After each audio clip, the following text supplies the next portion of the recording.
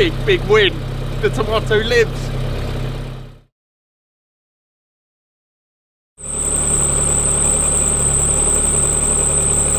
Well, there's an unwelcome development. I don't know if you can hear it, but there's definitely a screeching sound coming from the serpentine belt.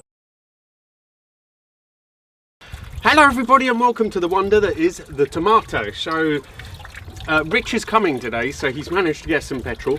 For those of you that don't know, we've had petrol shortages in the UK because we don't have enough tanker drivers, so certain things are a bit of a nightmare. But anyway, he's going to make it today, so we're going to do all the belts and stuff, plus he is a BX expert, and so I'll get him to have another quick look around and see what else is suspect.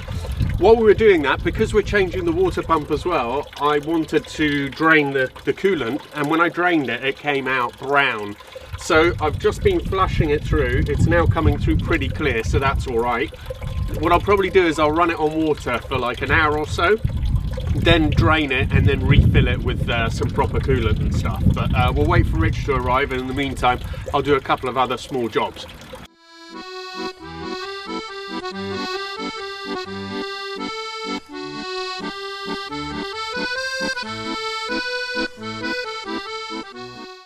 Right everyone, this is Rich. He's finally made it down and he runs the BX register, and so he is responsible for me getting the immaculate tomato. It was on his, well, it wasn't a recommendation, he said it's there.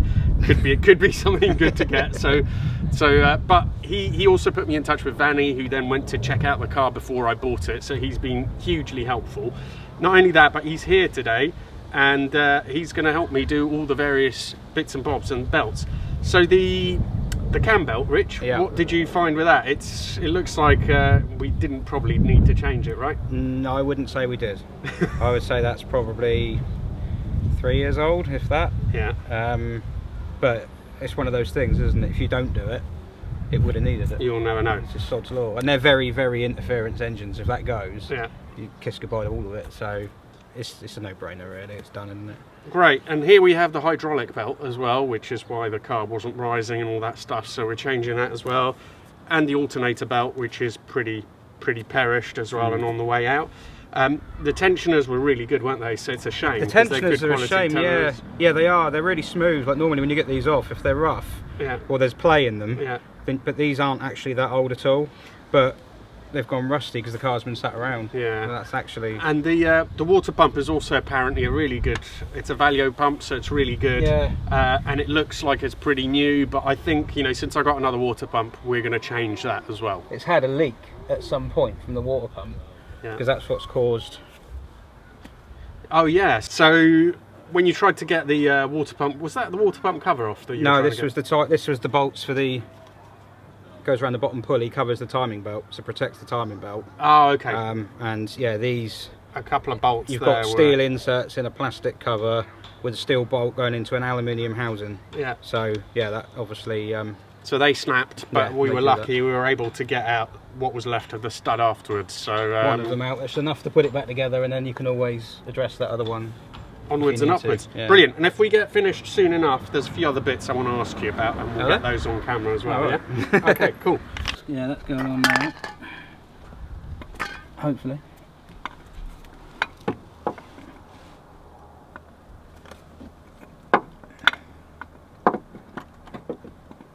It's not a lot of space.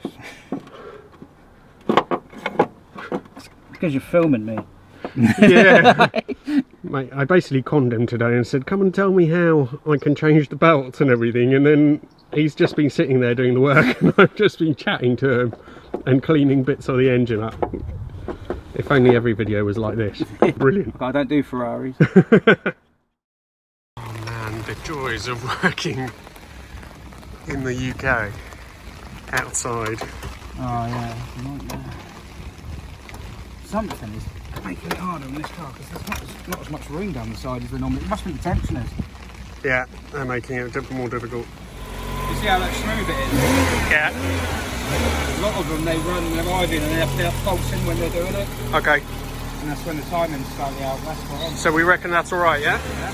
Not whining. Okay, so we've had what I think it's a hard day, but I think the standard day. Richard's done most of the work actually, and it's been quite frustrating. We had a couple of challenges, haven't we? The rain's the biggest one. Yeah, working in the rain was not nice, and that's when he was doing the belt and stuff and trying to get the tension right, and it was a bit of a mare with that really. And then we've tried to put the hydraulic belt on, but the one I got is the wrong size, so that's that's a no-no, which is a shame because we wanted to get it pressurised, but I'll do that another time. And also the belt kit that I got from Pug One Off, which is a new type of belt kit which is adapted from the GTI 6 because you can't get it for this anymore. Massive thanks to Rich for doing that, really appreciate it, buddy. Yeah, no worries. Now you must go on his channel because he has bought a really decrepit old Citroen SM, right? That's a real wreck. Yes, I've got two. You got two. Yeah, one donor. One of them's past it. One of them's too bad. But too bad. Yeah. Anyway, he's doing some work to those. Obviously the BXs and stuff. But yeah. So what I'll do is I'll put a link in the video description. There'll be maybe a link now or whatever. But go and have a look. The channel's called Up and Down. It's been a long day and it's been tricky with the rain and everything. But yeah, and there's been a few little obstacles and things seizing and stuff like that. But it hasn't been apart much. But no, that's the thing. It's quite original in places. Yeah. Which is good in a way, but not when you're trying to undo it on the drive. Thanks, buddy. No worries. I really appreciate it. So coming together slowly, finally, that belt went on. It was a real pig of a job. You can see, with it pulled down and then leveraged, that's literally all I could squeeze off on the side to have it pulled, and it is, you know, it is pulled really tight, as I've been told they have to. So really, if you're going to buy one of these, I'd be tempted to get a 660 if you can find it, because it's just a bit of a nightmare putting on a 650. While the car was up, I did an oil change as well. I wanted to change the filter, but the one that I was given was wrong, just like the wrong belt. Seems to be a theme with these BXs. And now I'm trying to get the wing on. I've just cleaning it up, tidying it up. I just want to get it on the wheels and flat on the ground, and then evaluate what's happening at that point. Well, it's another glorious day with the Tomato, and I think I may have been a bit over ambitious with that 2-week target. I'm not going to be far off, but also don't forget Richard was supposed to come last Friday. He came Monday, so I've lost about 4 days. But apart from that, there are still a few bits and bobs that need doing, so I'm not sure. Well, no, I'm not going to be able to get it done for this episode, the MOT. So there's a few things that I still need to do. The first one is this door, and there is no adjustment. So I've spoken to a few people. The way to do it is to be brutal with that jack and tilt the door back up to the angle it needs to be. So I'm having a quick go at that now, and we'll see if that works at all.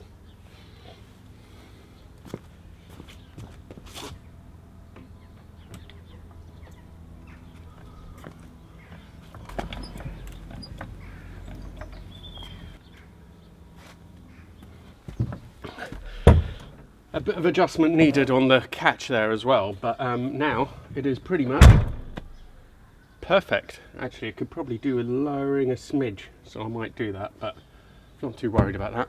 Looking good. Crucial time, everybody. Let's see if it rises.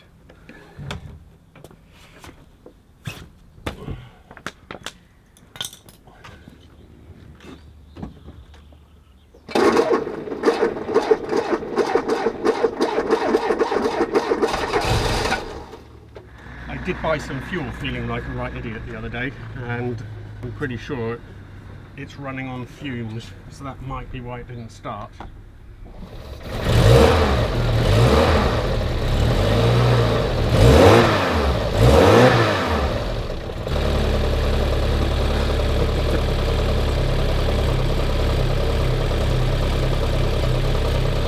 Front suspension going up.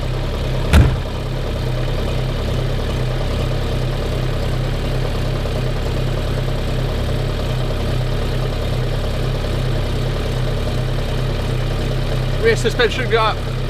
Okay, so from the point of view of the motor, it certainly wasn't a roaring success. That was a difficult start. I do think it's because there's no fuel in there, but it is now running. The suspension is up, so this is a big win. The Tomato lives.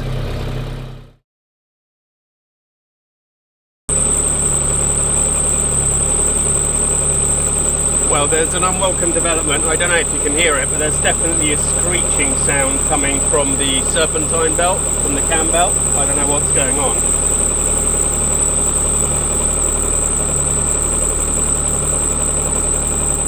Okay, I found out what the problem is, and it's not welcome. This tensioner that I'm pointing to there, that one is not moving. It feels like it's stuck on the water pump housing, which is just behind it. That's weird. So we fitted a new kit, which is slightly different, but that should have been taken account of. So I'm not sure what's going on. The other tensioner, you can see, it's out of focus.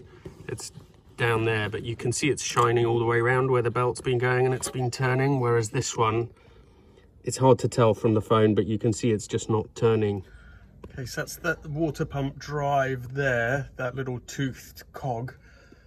And then up here, okay, the green there is the tensioner. I'm gonna try and move it back. And yeah, you can just see the edge of the tensioner there is touching the edge of the water pump. So I think it's an issue of adjustment. It's been adjusted too far on this side. No. So everybody, the moment Anton heard that I was having difficulties, he just ran down because he always likes helping out with an issue. And so we've tried a few things, but we think maybe tensioning the tension around the other way may avoid the water pump. Anyway, we're going to have a go at that and see what happens. So I can't see it, Chris. all right, so we've tried. Well, we Anton have tried shifting around that tensioner the other way. Basically, it's hard to explain. I can't be bothered. But we'll see if it works. We're just going to try and turn it over now. Well, I've turned it over by hand, and it is spinning. Try and start the car. Fingers crossed.